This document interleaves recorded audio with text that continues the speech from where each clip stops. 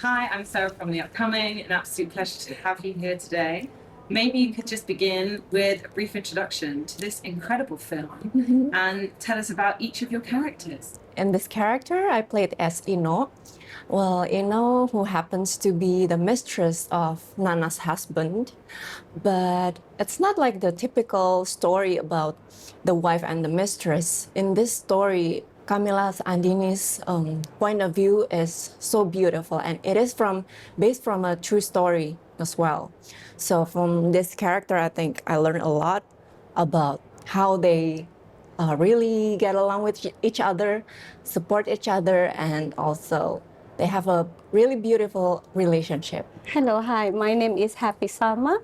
I play for Nana, and her character. It's very inspiring for me. It's complicated. It's complicated, yeah. Very sensitive, but it's not louder to speak with her feelings, and so a bit complicated, but Nana, for me, it's very close with my people around me. Yeah, in Indonesia, there's so many women like Nana, trying so hard to make everything nice, makes everything beautiful, make everything in the frame always perfect and nicely, and so hard to make everything looks like that, I guess. Yeah, she always hides her feelings, her problems. She doesn't want everybody to know about her emotion. Yes, her emotion. Yeah, and so for me, as a Nana, it's not easy because like everything, you have to suppress everything. everything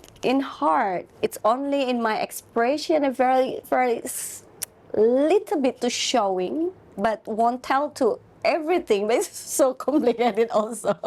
But thank God, Camila Anini as a director, for me, she's one of the best directors in Indonesia, I guess. Yeah. She's a very sensitive. She knows what she wants. She knows everything what she needs. So we just only need to trust her and then follow her and follow the script, and everything will be nice. But the problem is in the process, we need also make sure to ourselves to believe. Yes. To believe all the time. Interesting. Yeah, because she's so genius, and sometimes we don't get what she wants. Yeah. We don't understand what she wants, but yeah, we just try our best. Sometimes we just talk together and it's just like, do you think is it enough? I think like okay, Always discuss about that. And last night was the world premiere, and it was the first time for us to see the whole movie, and now we get it. We Yeah. understand what she thinks. Yeah, finally we are really understand. She already know like the details, you know, Yeah. like an orchestra. It is. Yeah. So she knows like, okay, for Nana, the like what's the called the expression only like maybe 20%, and then like 30% is everything is only her mind. And when I watched it, one of the things that struck me most was it felt like a film of contrasts.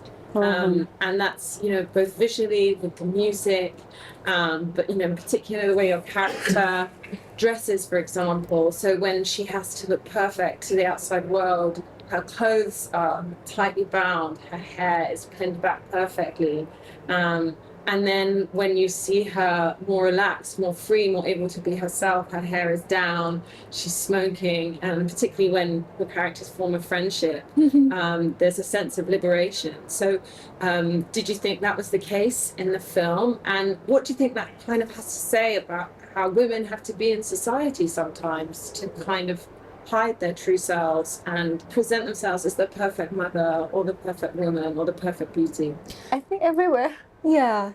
Until now. until now, I Yeah. guess. The Yeah. movie was set in 1965, and I never thought about women that year. We have to understand, we have to hide our feelings, we have to control our problems, but here, she really wants to be free, to be independent, to work by herself, and never trust any man, any other guy. I love Ina so much. So I think in that year, her thinking was so open, so modern. Yeah. Yeah, so free, yeah. Yeah. And Nana a bit opposite. So that's why Nana and Ino, they support each other, and then they inspiring each other. Yeah, they really connect. Yeah. And in this movie, I think every component is important. For Yeah. example, the pictures, the frame, the artistic clothes, music especially. I think everything gives their power Yeah. until this movie becomes really nice to watch. Yeah. It's really great collaboration, I guess, for us. And for us also, this movie is very important.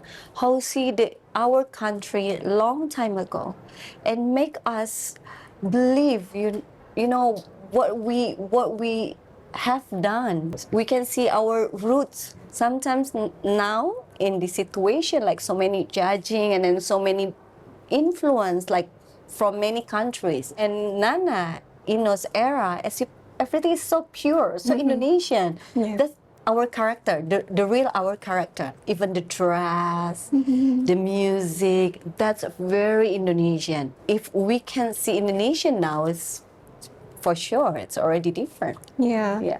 And we have, me especially, I have to learn a new language. I use Sundanese here, and She's so smart. I'm not Too smart. familiar with the language at all. So it took me like 3 weeks to learn how to speak Sundanese and to learn how to chop some meat.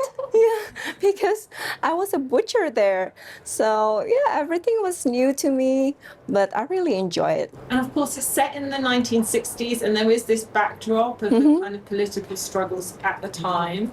So why do you think it's kind of, but still relevant though today as a story? So what kind of parallels do you think there are to a contemporary audience? Only the casting is a different, but the energy and the problem, I think, is still the almost same. the same. Yeah, about the framing people about us. No, but this is interesting. At that time, someone having affair because the situation. But right now, maybe Just once. and that time because like we just only have a new country. Yes. Yeah, the Indonesia is still babies, it's still teenagers. Yes. So everything like's new and so many hoping, and in this era, I think we're so lucky. We still have Yeah. so many things to choose. Yeah. In this movie, I think I got a value of it. For example, like you have to believe that you are valuable and you deserve everything in the world to be happy. Yeah. Especially your own freedom, your free will. You have to pursue it. We as women, we have to support each other for whatever we choose, I think. Well, yeah, what do you hope that people will feel when they leave the cinema? Because it's kind of a slow burn. Uh-huh. But there's also melodrama in there. It's very immersive, I think, because of it being so visually stunning and with the music. So, but then there are lots of themes in there too about women's place in society and how we kind of try find our own identity and find our place. What do you hope people take away? For me, this is a very, very, very delicate and it's a human and woman feelings. So maybe after that, even any gender, they can have something sensitivity about humanity as a woman. And the crews here are 80% women. For example, the director is a woman, the artistic director is a woman, the costume designer woman, and then the makeup artist. Yeah. Only the director of photography Yeah. is a man.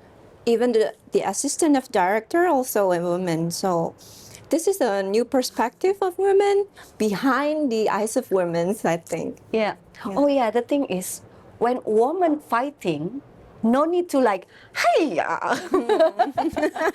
When woman fighting, it's so elegant. Sometimes just only with silence, with the smile, they have so many words behind the reaction, I guess. And the other thing I thought of is also, Nana's slight ambivalence towards being a mother.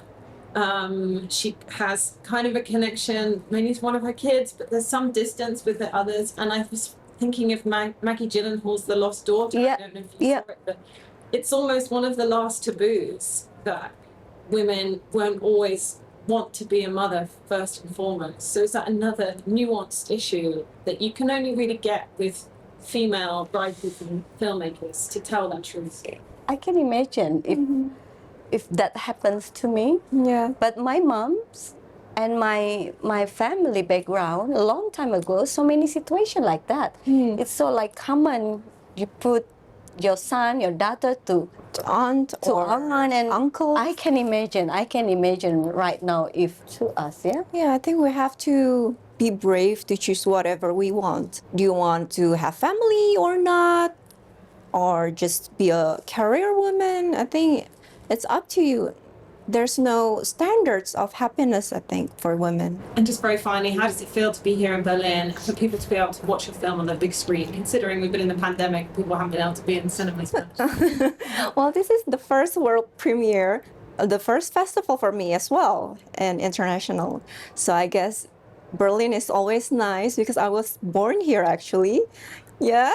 And I get to meet my grandmother, my aunt, my family here, and they also came to watch my movie. So Oh, it was so a nice excited. experience. Yeah. Was such a great experience for me, and it's so worth it. Everything is so worth it. Far away from the kids, far away from the families, In the pandemic era. In the pandemic era, but you know, Berlinale is a hope for us. It's like a hope for my country also. It's Yeah. like a hope, you know. It's been an absolute pleasure to speak to you. Thank you so much One for your more time. time. Your time in Berlin. Thank you.